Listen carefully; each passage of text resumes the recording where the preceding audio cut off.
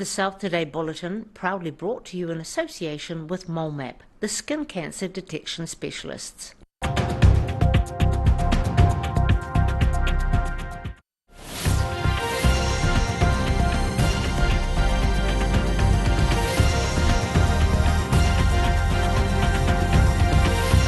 Tonight on the South Today, Waitaki MP Jacqui Dean bids farewell to politics after almost 2 decades of service. Canterbury Police are testing out a zippy new addition to their fleet as part of a nationwide trial. And a Dunedin cancer survivor gives back to the charity that supported her ahead of Daffodil Day.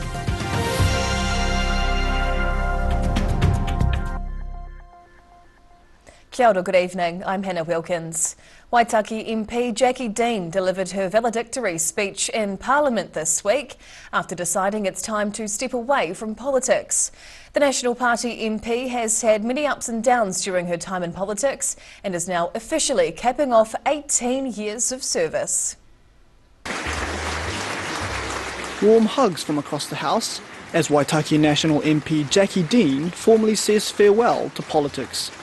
The former TV show presenter entered Parliament in 2005 as the MP for Otago, holding the renamed seat of Waitaki in 2008 and every election since.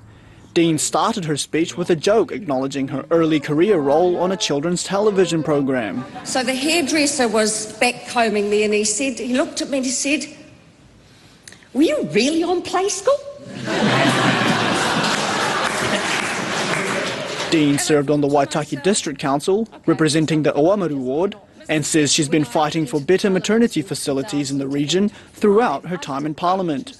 She described recent closures of the hospital's emergency department due to doctor shortages as heartbreaking. How many more babies will need to be birthed on the floor of the midwife's office or on the side of the road on the way to Dunedin Hospital? I just think it is a failure. Dean ended her speech thanking those who'd supported her during her 6 terms in Parliament and says she's looking forward to spending more time reconnecting with family members. In Parliament, the South Today. A 2-car collision in Dunedin yesterday ended with a vehicle being flipped onto its roof. The accident happened on Wednesday afternoon in the suburb of St Kilda. Crews from Police, Fire and Emergency New Zealand and Hato Hone St John all attending the scene. A witness says the flipped car didn't give way at the stop sign at the intersection of Richardson and Morrow Streets, getting clipped by another car travelling along the road. 2 vehicles were involved in the accident, but all occupants were able to get out of their cars before FENZ arrived. 1 woman was treated at the scene by St John and the intersection was closed to traffic for an hour. Christchurch Police have unveiled their latest frontline crime-fighting weapon, an electric vehicle capable of going from 0 to 100 kilometres in less than 6 seconds. The fully electric BMW is one of 5 that police will be testing around the country, including in Dunedin. This fully electric police car all powered up and patrolling Canterbury roads. Police have unveiled their latest test BMW i4 EV, one of 5 being deployed across New Zealand. It's part of a national 6-month trial to assess the suitability of the electric vehicles for use 24/7 over a variety of terrains. But initially the new police EVs will be used for road policing. It's a very stable, capable vehicle. It's quick, it's quiet, and I think it's quite well suited to our role that we do. The $1.7 million EV project was launched by police bosses in June as part of a wider project to electrify the fleet. Retail pricing for the BMW i4 in New Zealand normally starts at $110,000. New Zealand police say the model was chosen for the trial because it most closely matches their heavy use operational requirements. The BMW i4 can be fully charged in 2 hours and can reach 100 kilometres per hour in 5.7 seconds. This particular vehicle has quite a good range. We're experiencing it's round about the 400k mark at the moment, and we're certainly putting it through its paces. If the nationwide trial proves successful, police say they'll consider converting other parts of their fleet to being fully electric. In Christchurch, the South Today. Further testing for a toxic chemical is set to take place at a Dunedin museum after a potential safety issue was flagged last year. The Toitu Otago Settlers Museum will be going through additional testing for asbestos, following alerts to problems involving the carcinogen in several storage areas. The issues also included some collection items and asbestos dust, with the southern end of the Toitu Museum now under maintenance with an air vent. Staff say access to the collection storage is being appropriately managed, with the further testing and remediation work yet to begin. The Dunedin City Council says the public areas of the museum are not affected and insists it remains a safe venue for staff and visitors. The DCC is also planning to redevelop an old mechanical plant room into a safe, usable space for the museum. Tenders for its construction close next month. In Dunedin, the South Today. Streets across the country are set to turn yellow on Friday as the annual Daffodil Day fundraiser blooms into life. It's an annual event for the Cancer Society, which has been a cornerstone of support for cancer patients. Some now keen to give back to the charity. A sea of yellow, a symbol of hope for people affected by cancer. It's a cause close to home for Dunedin Cancer Society volunteer Margie Mitchell, who was diagnosed with the disease 25 years ago. Her battle with terminal breast cancer was beaten after a full mastectomy, along with multiple rounds of chemotherapy and radiation therapy. That journey making her a passionate volunteer for the charity. When you're sick, you see every cobweb, you see every speck of dust, you see every window pane that needs cleaning. So I make the rooms home away from home as much as I can, so that they can be comfortable while they're here. It's hard being away from home.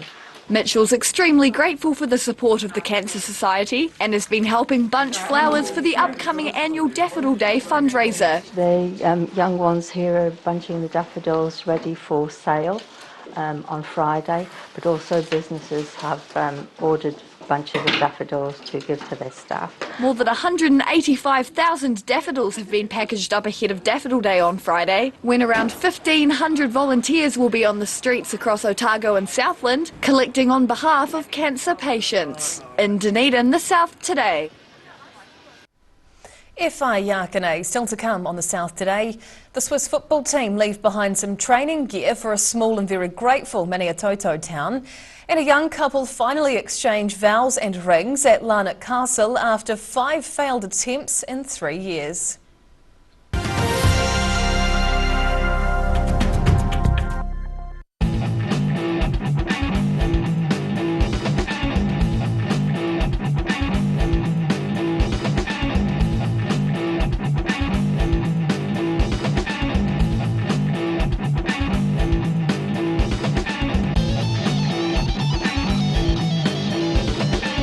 My mate John's taken the extra prices this weekend, so you'll save big, really big, giant savings! Plus, pay it off with over 36 months interest-free. And my mate John. If you're at risk of developing melanoma skin cancer, you owe it to yourself to have a mole map. Mole map is coming to your area. Phone today to make an appointment. It could save your life. A poorly maintained heat pump can lose up to 35% of its output. The Mr. Heat Pump Cleaner team are experts. Their specially developed chemical wash is totally biodegradable. Call Mr. Heat Pump Cleaner and get the job done by the professionals.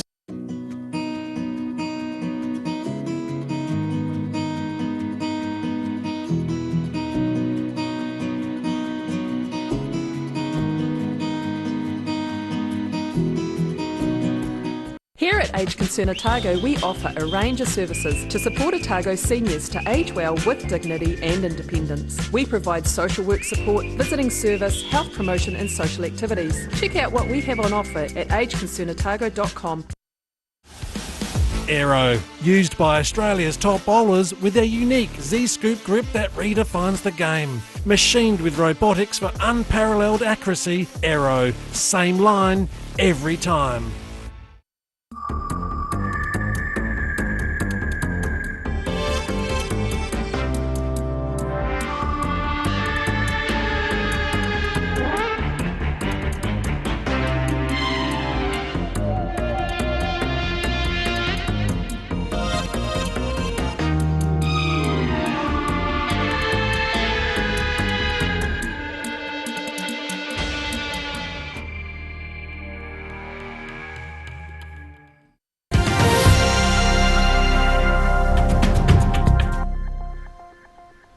Tēnā koe, welcome back.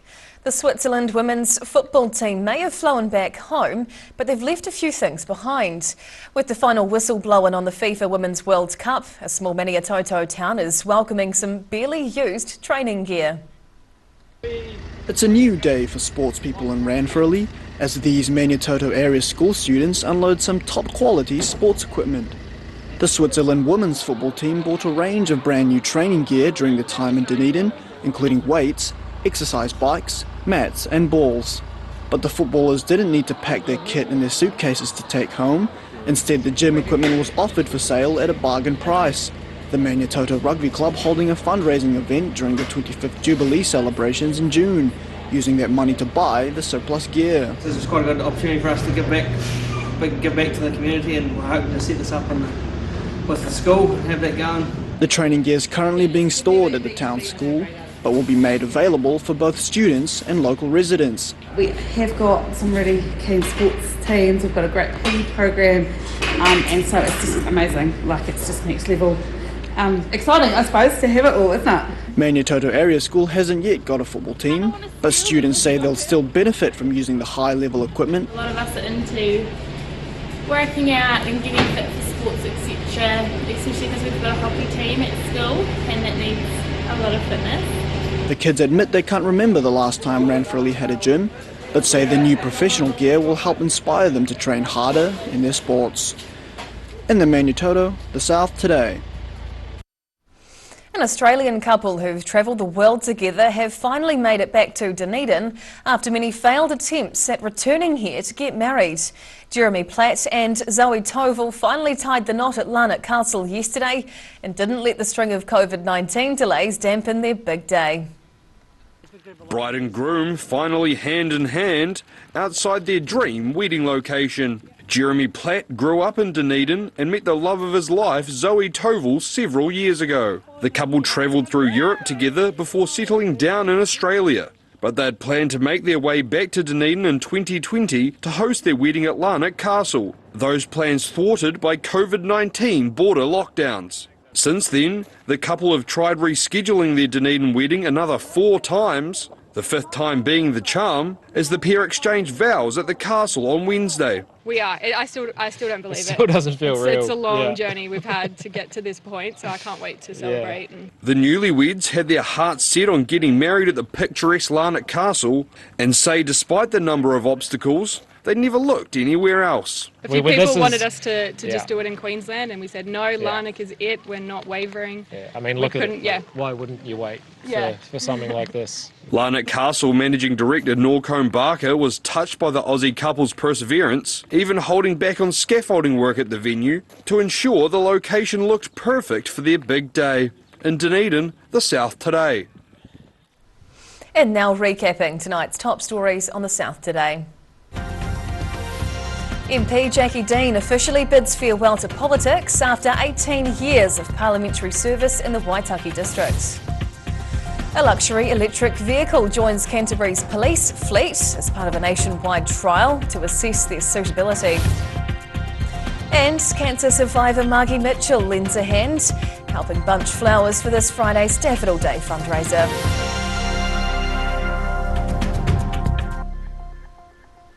And now a look at what's happening in tomorrow's ODT, and we welcome Associate Editor Mike Houlihan. Hello Mike. Good to hear you. What can we expect in Friday's paper? Well, the Dunedin City Council is considering reduction of speed limits across a wide range of inner city roads. Some places from 80 to 50, some places from 50 to 30. Right. So we've got a map and details of those proposed changes, which no doubt will cause a bit of discussion. Yes.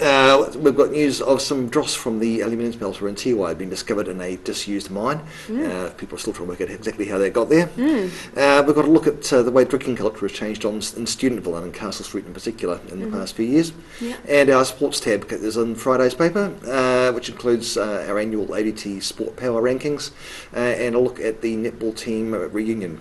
Ah, brilliant. Oh, we look forward to reading. Mike, thank you for sharing. Thank you. Time now for a look at the weather.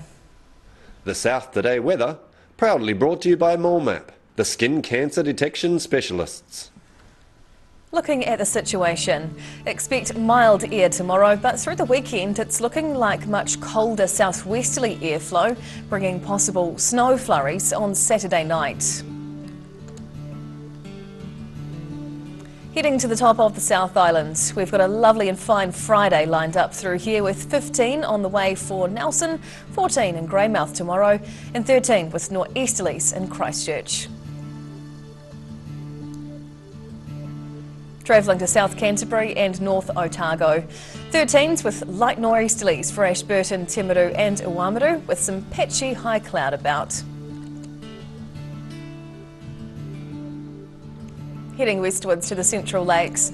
High cloud with light winds through here tomorrow with 15s in Queenstown and Wanaka and up to a lovely 16 degrees in Alexandra. Heading further south, pockets of cloud and nor'westerlies make for a nice day through here with 13s in Gore and at the Catlins, while Balclutha jumps up to a 14-degree high. Across to Invercargill, cloudy and down to 7 tonight in town. Friday sunny with westerlies and 13 degrees, but a cool change comes on Saturday with rain and fresh south westerlies before late sleet or hail and a high of 10 degrees. And finally heading to Dunedin, down to 4 degrees with cloud tonight. Tomorrow's looking stunning with sunshine and some high cloud with nor'easterlies and a top temperature of 13 degrees. Then Saturday looks warmer again with 15 degrees, but that southwesterly is inbound during the afternoon, bringing a colder night and fresh winds with sleety showers. And that's the news this Thursday. For the latest news and videos from the southern region, head online to odt.co.nz. You can follow Channel 39 on YouTube to catch our news bulletins on demand. And you can also now follow us on Facebook. Just search for the South Today NZ to see our favourite stories from around the regions. But coming up after the break is this week's edition of Global Insight, where Professor Robert Patman discusses coups in Niger and have toppled over their democratic government. We'll see you again tomorrow. Kai kite o pōpō.